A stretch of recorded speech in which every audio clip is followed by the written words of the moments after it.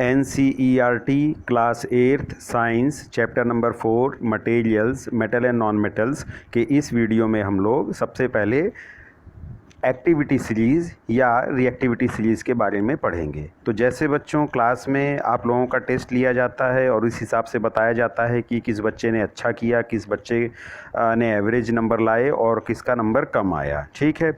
यानी कि आपने अपने दिमाग का इस्तेमाल कितना किया वो उस टेस्ट से मालूम चल जाता है। तो ठीक उसी प्रकार से ये जो मेटल्स हैं इनमें भी कौन जल्दी रिएक्ट करता है, ज़्यादा रिएक्टिव है, कौन मॉडरेटली रिएक्टिव है और कौन लीस्ट रिएक्टिव है, इसके लिए भी जो है हम लोग कुछ जनरल टेस्ट कंडक्ट करते हैं और एक सीरीज़ बनाते हैं, एक लिस्ट बनाते हैं। इसी लिस्ट को एक्टिविटी सीरीज़ अथवा रिएक्टिविटी सीरीज़ कहते हैं।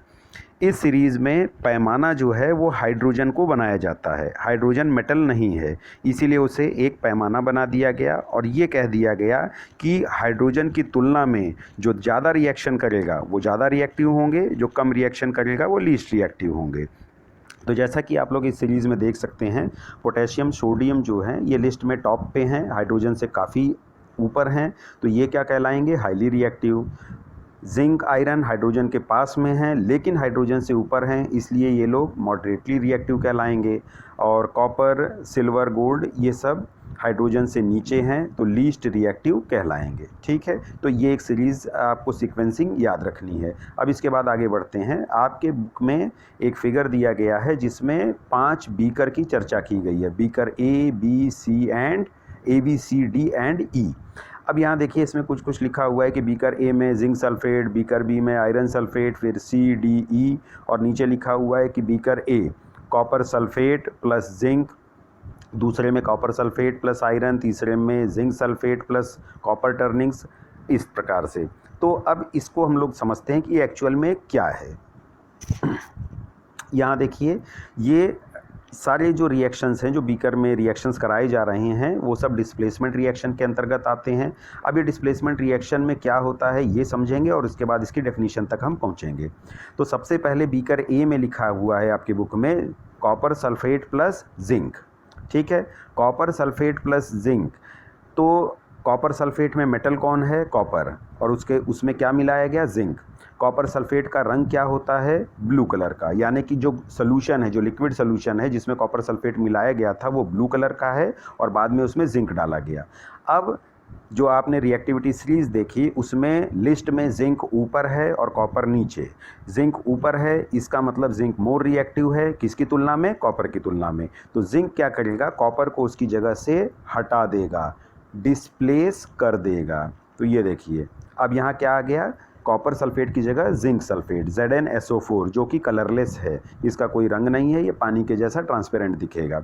और साथ में अलग क्या हो गया, कॉपर।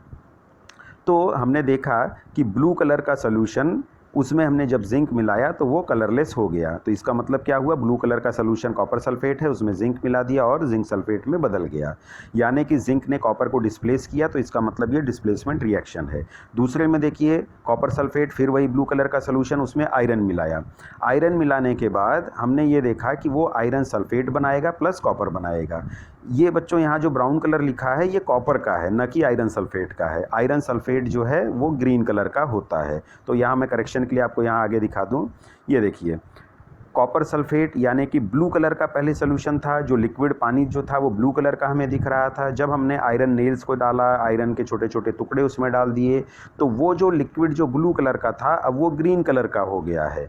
और जो कॉपर है, क्योंकि कॉपर तो ब्राउन कलर का होता है, तो कॉपर सॉलिड फॉर्म में अलग हो जाएगा, ब्राउन सॉलिड। तो जब हम नीले रंग के कॉपर सल्फेट के घोल में लोहे की कील मिला देंगे, मिक्स कर देंगे, तो कुछ समय बाद जो है वो नीले रंग का सॉल्यूशन ग्रीन कलर में बदल जाएगा और जो सॉलिड जमा होगा वो ब्राउन कलर का होगा। क्यों, क्योंकि ये जो सॉलिड के रूप में कौन जमा हो रहा है, कॉपर। क्यों जमा हो रहा है, क्योंकि उसे जो है आयरन ने कॉपर सल्फेट में से हटा दिया है, ठीक है। तो यहाँ ध्यान रखेंगे कि कॉपर सल्फेट ग्रीन कलर का होता है, ब्राउन कलर का कॉपर होता है। अब इसके बाद देखिए यहाँ फिर ये 3 रिएक्शन देखिए, zinc sulphate plus copper. Zinc list में ऊपर है, कॉपर नीचे है, तो कॉपर जो है लेस रिएक्टिव है देन जिंक। तो जिंक की तुलना में कॉपर लेस रिएक्टिव है, अर्थात जिंक की तुलना में कॉपर कमज़ोर है, तो वो जिंक को उसकी जगह से हटा नहीं पाएगा। ठीक है, तो हम क्या लिखेंगे, नो रिएक्शन। फिर उसके आगे देखिए iron sulphate plus copper. List में कॉपर की तुलना में आयरन ऊपर है और कॉपर नीचे है, यानी कि आयरन ज़्यादा रिएक्टिव है, कॉपर कम रिएक्टिव है। कॉपर जो है कम रिएक्टिव है, इसलिए ये आयरन को उसकी जगह से नहीं हटा पाएगा और आंसर क्या आएगा, नो रिएक्शन। फिर जिंक सल्फेट प्लस आयरन, कौन से दो मेटल दिए हैं, जिंक और आयरन। लिस्ट में जिंक ऊपर है, आयरन नीचे है, यानी कि आयरन जो है जिंक को उसकी जगह से नहीं हटा पाएगा, डिस्प्लेसमेंट रिएक्शन नहीं हो सकता। तो क्या हम लोग आंसर लिखेंगे, नो रिएक्शन। तो एग्ज़ाम में ऐसा ही क्वेश्चन बना के हम देंगे और आपसे पूछेंगे रिएक्शन होगा कि नहीं होगा, होगा तो क्या प्रोडक्ट बनेंगे, नहीं होगा तो क्यों नहीं होगा। ठीक है, और दोबारा इसको देख लीजिए, कॉपर सल्फेट ब्लू कलर का सोल्यूशन है। जब हम इसमें आयरन मिलाएंगे तो आयरन लिस्ट में ऊपर है, कॉपर नीचे है, आयरन ज़्यादा रिएक्टिव है, ये कॉपर को अपनी जगह से उसकी जगह से हटाएगा और आयरन सल्फेट बनाएगा और कॉपर सॉलिड फॉर्म में उसी सोल्यूशन में सॉलिड के रूप में नीचे जमा हो जाएगा। तो सोल्यूशन का रंग हो गया ग्रीन और जो सॉलिड नीचे जमा हुआ उसका रंग हो गया ब्राउन, और रिएक्शन को हमने क्या कह दिया, डिस्प्लेसमेंट रिएक्शन। ठीक है, तो अब डिस्प्लेसमेंट रिएक्शन का डेफिनेशन क्या हुआ, ए reaction in which A more reactive metal displaces A less reactive metal from its salt.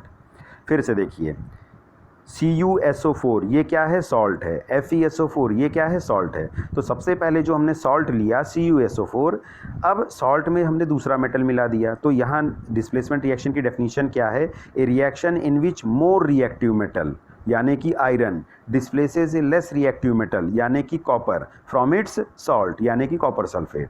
तो जब भी एक more reactive metal less reactive metal को उसके सॉल्ट से बाहर कर देता है तो वो रिएक्शन क्या कहलाता है, डिस्प्लेसमेंट रिएक्शन। इसी डिस्प्लेसमेंट रिएक्शन का हम दूसरे तरीके से क्लास 10th में इस्तेमाल करते हैं। ठीक है, तो ये रिएक्टिविटी सीरीज फिर से आपके रिवीजन के लिए।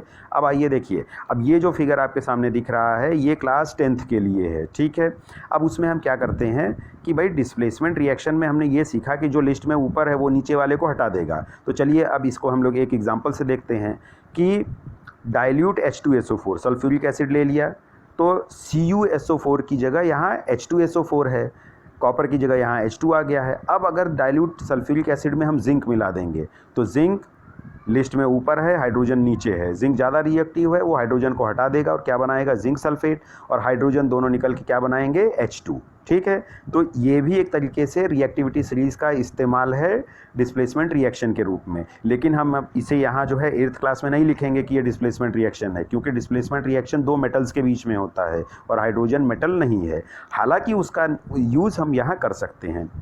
अब आपसे एग्ज़ाम में पूछ लिया किसी ने कि भाई H2SO4 हमने लिया है एसिड और उसमें मैग्नीशियम को मिक्स कर दिया, मैग्नीशियम मेटल का एक टुकड़ा डाल दिया, अब क्या होगा, तो आप तुरंत देखेंगे लिस्ट में मैग्नीशियम ऊपर है, हाइड्रोजन नीचे है, यानी कि मैग्नीशियम हाइड्रोजन को हटाएगा तो MgSO4 बनेगा और हाइड्रोजन गैस निकलेगा।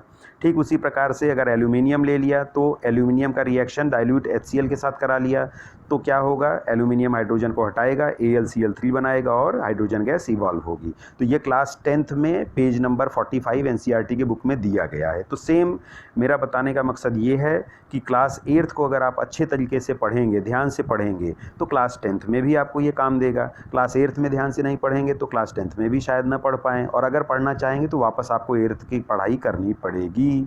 अब आ जाते हैं chemical properties of non metals. तो अभी तक हमने physical and chemical properties of metal हम पूरा देख चुके हैं पिछले वीडियोज़ में, नॉन मेटल की भी फिजिकल प्रॉपर्टी देख चुके हैं। तो बचता क्या है, chemical properties of non metal, और इसमें हमें सिर्फ दो ही चीज़ पढ़नी है। पहला है नॉन मेटल जब भी ऑक्सीजन के साथ रिएक्शन करेगा तो नॉन मेटालिक ऑक्साइड बनाएगा, जैसे कि कार्बन जब ऑक्सीजन के साथ रिएक्शन करेगा तो क्या बनाएगा, कार्बन डाइऑक्साइड। ये जो ट्रायंगल बना है एरो पे ये दिखाता है हीट। अब ये देखिए जो कार्बन है, जिस पेपर पे आप लिखते हैं उसमें भी कार्बन मौजूद है। तो पेपर का ऑक्सीजन के साथ रिएक्शन यानी कि पेपर को जलाना, भाई कोई चीज़ कब जलती है, ऑक्सीजन के प्रेजेंस में, क्यों, क्योंकि ऑक्सीजन के साथ वो रिएक्शन करती है। तो कार्बन ऑक्सीजन के साथ रिएक्शन करेगा, कार्बन डाइऑक्साइड बनाएगा। सल्फ़र ऑक्सीजन के साथ रिएक्शन करेगा, सल्फ़र डाइऑक्साइड बनाएगा। कार्बन और सल्फ़र दोनों ही क्या हैं, नॉन मेटल हैं। अब एक लाइन आपको याद करनी है, non metallic oxides are acidic in nature, यानी कि जो ऑक्साइड्स बने हैं कार्बन डाइऑक्साइड, सल्फर डाइऑक्साइड, ये क्या हैं, एसिडिक नेचर के हैं। ये हमें कैसे मालूम चलेगा? तो एसिड नेचर एसिडिक है या बेसिक, इसके लिए हम लोग लिटमस पेपर का इस्तेमाल करते हैं। लिटमस पेपर को किसी सोल्यूशन में डिप करना पड़ेगा और ये दोनों तो गैस हैं, तो हम क्या करेंगे, कार्बन डाइऑक्साइड को पहले वाटर में प्रेशराइज करके मिक्स कर देंगे। ठीक है, तो कार्बन डाइऑक्साइड वाटर में जाके कार्बोनिक एसिड बनाएगा, नाम में ही एसिड है, इसका मतलब ये एसिडिक है। ब्लू लिटमस को डालेंगे इसमें तो वो रेड हो जाएगा। तो हमने ये देखा कि ये कार्बोनिक एसिड कहाँ से बना, कार्बन डाइऑक्साइड से बना। इसका मतलब कार्बन डाइऑक्साइड का जो गुण है वो एसिडिक होगा, तभी पानी में जाके उसने एसिड बनाया। ठीक उसी प्रकार से सल्फर डाइऑक्साइड पानी में जाने पे सल्फ्यूरस एसिड बनाता है। SO3 सल्फर ट्राइऑक्साइड वाटर से मिक्स करने के बाद सल्फ्यूरिक एसिड बनाता है। ठीक है, तो ये तीनों एसिड क्या करते हैं, ब्लू लिटमस को रेड में बदलते हैं। इसी कारण हम ये कह सकते हैं कि नॉन मेटालिक ऑक्साइड्स जैसे कि CO2, SO2, SO3 etcetera, these are acidic in nature. लगे हाथ एक बात और समझ लीजिए इसमें, जो कि हमें आगे पढ़ना है। ये जो वाटर है ये तो पानी की बूंद में होता है, जो बरसात होती है उसमें जो पानी की बूंद होती है, रेनफॉल, उसमें वाटर होता है। और ये CO2, SO2, SO3 ये गैसेस एटमॉस्फेयर में भी हैं। तो हवा में भी जब बारिश होती है तो हवा में मौजूद ये गैसेस पानी के साथ रिएक्शन करके एसिड बनाती हैं, और यही एसिड जब बरसात के पानी के साथ नीचे धरती पे आते हैं तब हम उस रेन को एसिड रेन कहते हैं। ठीक है, तो अम्ल वर्षा क्या हो गई कि भाई ऐसी रेनफॉल जिसमें वाटर जो है एसिडिक नेचर का हो। वाटर यानी कि H2O एसिडिक कब बना, जब उसमें नॉन मेटालिक ऑक्साइड जैसे कि CO2, SO2, SO3 etcetera dissolve हो गए। ठीक है, तो non metallic oxides are acidic in nature. अब आगे बढ़ते हैं। दूसरा है non metal plus water. Non metal generally water के साथ रिएक्शन नहीं करता है, जनरली नो रिएक्शन। अब यहाँ एक ध्यान दीजिएगा, एक क्वेश्चन बार बार आता है कि फास्फोरस जो है, फास्फोरस एक नॉन मेटल है, इसको पानी में क्यों रखा जाता है। याद कीजिएगा, सोडियम और पोटेशियम में मिट्टी के तेल में क्यों रखा जाता है, ये हमने पहले वीडियो में देख चुके हैं। तो नॉन मेटल्स में भी एक क्वेश्चन बनता है कि फास्फोरस को पानी में क्यों रखा जाता है। तो इसका सिंपल कारण ये है कि फास्फोरस एक नॉन मेटल है, ये ऑक्सीजन के साथ रिएक्शन करके फास्फोरस ऑक्साइड बनाएगा। एक्चुअल में इसका नाम फास्फोरस पेंटाऑक्साइड है, लेकिन क्लास 8th के लिए सीधा आप लोग लिखिए फास्फोरस ऑक्साइड।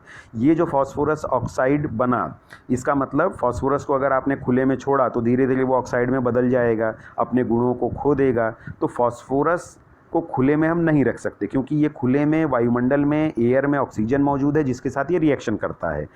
दूसरी तरफ अगर हम फास्फोरस को पानी में डाल दें, तो फास्फोरस को अगर हमने पानी में डाल दिया तो ये कोई रिएक्शन नहीं करेगा। क्यों? क्योंकि हमने पहले ही देख लिया कि जनरली नॉन मेटल जो है वाटर के साथ कोई रिएक्शन नहीं करते हैं।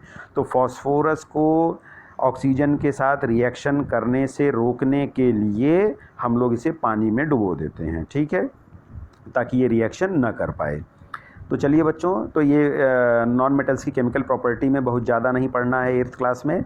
अब थोड़ा सा एक जनरल मेटल और नॉन मेटल्स की प्रॉपर्टी को एक बार रिवीजन कर लेते हैं कि देखिए इसमें जो है कुछ क्वेश्चंस आपको बार बार पूछते हैं कि जैसे metals are generally solid. Metal जो हैं जनरली ठोस अवस्था में पाए जाते हैं, एक्सेप्शन में मरकरी है। ठीक है, मरकरी जो है ये पारा, ये लिक्विड अवस्था में पाया जाता है। और दूसरा देखिए यहाँ गैलियम लिखा है, गैलियम को याद रखिएगा, रूम टेम्परेचर पे गैलियम भी सॉलिड है। ठीक है, 25 डिग्री सेल्सियस पे गैलियम सॉलिड है। लेकिन जब हम गैलियम को अपने हाथ में लेते हैं, हाथ पे अगर आपने रख दिया इसे, तो हमारा बॉडी का टेम्परेचर कितना है, 37 डिग्री सेल्सियस। और 37 डिग्री सेल्सियस पे गैलियम पिघल जाता है। ठीक है, अब दूसरा जो है एक और दिया गया है कि मेटल्स आर हैवी, यानी कि ये कठोर होते हैं। लेकिन जैसे सोडियम, पोटेशियम, ये सब मेटल कैसे हैं, ये बहुत ज़्यादा सॉलिड कठोर नहीं होते हैं। आप सोडियम को हाथ से उसको जो है काट सकते हैं, या चाकू की मदद से उसको तुरंत अलग कर दीजिए, आराम से कट जाएगा, जैसे कि खीरा कटता है। ठीक है, मैग्नीशियम जो है मेटल तो है, लेकिन अगर आप हाथ से इसको खींचेंगे या तोड़ना चाहेंगे तो टूट जाएगा, लोहे के छड़ के जैसा ये मजबूत नहीं रहता है। ठीक है, तीसरा दिया है metals are hard and non brittle, ये ब्रिटल नहीं होते हैं, यानी कि मेटल्स पे अगर आप हथौड़ा मारेंगे तो ये चिपटा हो जाएगा लेकिन टूट के नहीं बिखरेगा। अगर आपने चौक पे हथौड़ा मार दिया तो वो टूट के बिखर जाएगा, तो हम क्या कहेंगे, चौक इज़ ब्रिटल। लेकिन मेटल्स जो हैं ये नॉन ब्रिटल होते हैं। फिर उसके बाद metals are good conductor of heat and electricity, they are malleable and ductile, they have generally higher melting point and boiling point, they have lustre etcetera. तो ये इस टाइप से है और ठीक इसी का अपोजिट जो है नॉन मेटल में आपको लिख देना है। अब आगे बढ़ते हैं, देखिए मेटल्स के यूजेस। तो ये प्राचीन काल से ही आप बहुत सारे खुदाई में जो ये औजार या सिक्के या इस टाइप से मिलते हैं, ये सब किस चीज़ के बने होते हैं? धातु के बने होते हैं। यहाँ आप लोग ध्यान देंगे कि इतिहास अगर आप लोग पढ़ते होंगे तो पहले ताम्र पाषाण काल आया और उसके बाद लौह युग आया, यानी कि इंसान ने पहले तांबे की, कॉपर की खोज की और उसके बाद आयरन की खोज हुई। ठीक है, अब आगे बढ़ते हैं। एग्ज़ाम में पूछ लिया कि what are the uses of metal. तो अगर आप क्लास 8th में आके मेटल्स के यूजेस नहीं लिख पा रहे हैं तब आपको गंभीरता से सोचना पड़ेगा कि आप पढ़ाई में काफ़ी पीछे हैं। ठीक है, तो आप इतने मेटल्स देख चुके हैं, इसके यूजेस आप मन से भी लिख सकते हैं। कुछ यूजेस हम बता दे रहे हैं, जैसे गोल्ड का यूज़ ऑर्नामेंट बनाने में, सिल्वर का भी ऑर्नामेंट बनाने में, मरकरी यानी कि पारे का इस्तेमाल थर्मामीटर में होता है, कॉपर का इस्तेमाल कॉपर वायर बनाने में, बिजली के तार बनाने में, एल्यूमिनियम के बर्तन बनाए जाते हैं, लोहे की कील और हैवी मशीनरी बनाई जाती हैं। ठीक है, तो इस प्रकार से आप खुद भी अपने हिसाब से लिख सकते हैं। अब यहाँ एक चीज़ और बताना चाहेंगे जो कि नया है। देखिए एक शब्द है alloy, mixture of metals is known as alloy. ठीक है, तो जब एक से अधिक मेटल्स आपस में मिक्स कर दिए जाते हैं, यानी कि 2 मेटल हमने लिया उसको पिघला के मिक्स कर दिया, तो जो बनेगा उसे हम क्या कहेंगे? एलॉय। जैसे कि एक एलॉय है ब्रॉन्ज़, ठीक है, ब्रॉन्ज़ मेटल। तो ये जो ब्रॉन्ज़ है ये किस चीज़ का बना है? 90% कॉपर, 10% टिन का। इसके बाद एक और है ब्रास, जिसमें क्या है 70% कॉपर है और 30% जिंक है। अब ये कई सारे हैं, इसमें ब्रास और ब्रॉन्ज़ को आप लोग विशेष याद रखेंगे। अब यहाँ देखिए जैसे लिखा हुआ है स्टील, 99% आयरन, 1% कार्बन। लेकिन यहाँ ध्यान देंगे कि स्टील में और ख़ासकर स्टेनलेस स्टील में, ये नीचे भी है यहाँ, कि आयरन के साथ साथ निकिल और क्रोमियम भी मिलाया जाता है। तो बेसिकली एलॉय की डेफिनीशन यही है कि एक से अधिक मेटल का मिक्सचर। लेकिन अब धीरे धीरे जैसे जैसे साइंस एडवांस होते जा रहा है, हम लोग क्या करते हैं, मेटल्स में नॉन मेटल्स को, मेटलॉइड को भी मिला के अलग अलग चीज़ें बनाने लगे हैं। ठीक है, तो ये ब्रास और ब्रॉन्ज़ का कंपोजिशन आपको याद रखना है। फिर इसके बाद आ गया नॉन मेटल्स की प्रॉपर्टीज़ क्या हैं। तो भाई जितने भी मेटल्स आपको दिखते हैं उनको छोड़ के जो बचा है वो नॉन मेटल है और उसकी प्रॉपर्टीज़ आपको बता देनी है। जैसे कि पहला है नॉन मेटल का यूज़ में ऑक्सीजन। ऑक्सीजन का इस्तेमाल किस लिए होता है? सांस लेने के लिए, ब्रीदिंग में। क्लोरीन का इस्तेमाल पानी को शुद्ध करने के लिए। फॉस्फोरस का इस्तेमाल पटाखे बनाने के लिए।